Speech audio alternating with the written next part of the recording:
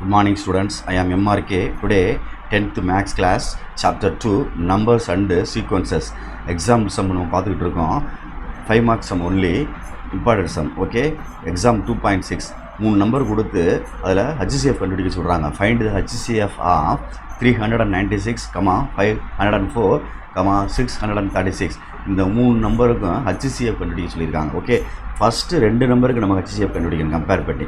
Okay, what is given அப்படின்னு சொல்லி எடுத்து எழுதையில் ஃபஸ்ட்டு ரெண்டு நம்பர் எடுத்து எழுதிக்கோ. ஃபஸ்ட்டு ரெண்டு நம்பர் எடுத்து எழுதுகிறோம்னா 396ஐயும் 504ஐயும் எழுதுகிறேன். இதில் விச் இஸ் கிரேட்டர்னு பார்த்து 504ன்றது கிரேட்டஸ்ட்டு அப்படி number 396. Okay, next equals lemma அப்படின்னு பார்த்தோம்னா A equal to BQ + R. Okay students, இதில் ரிமைண்டர் R அப்படின்றது வந்து 0 வரலாம், அல்லது பியை விட சிறுசாக வரலாம். ஈக்குவல் வராது, பியை விட சிறுசாக வரலாம். Okay right, good.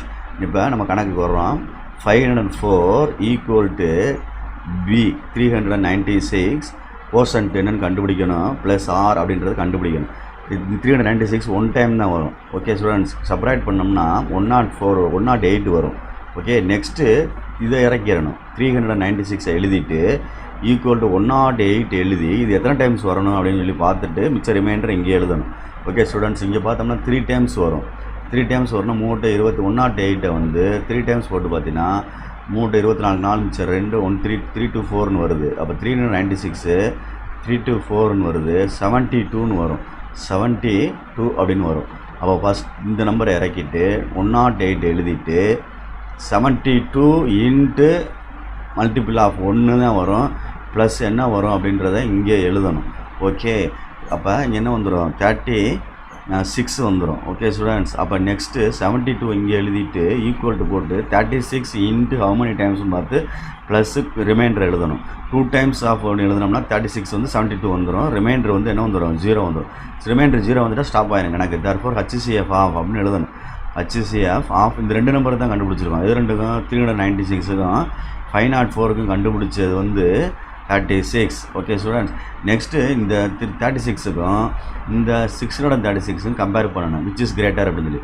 அப்போ 636 கிரேட்டர் 36.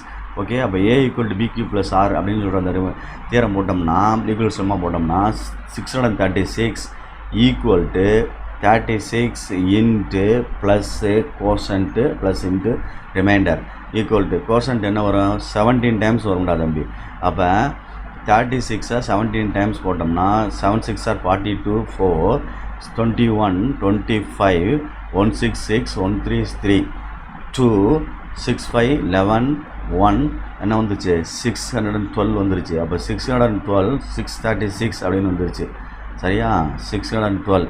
ஓகே, அப்போ அடித்தா என்ன வந்துடும், 424 வருது. ரிமைனிங் என்ன வருது, 24.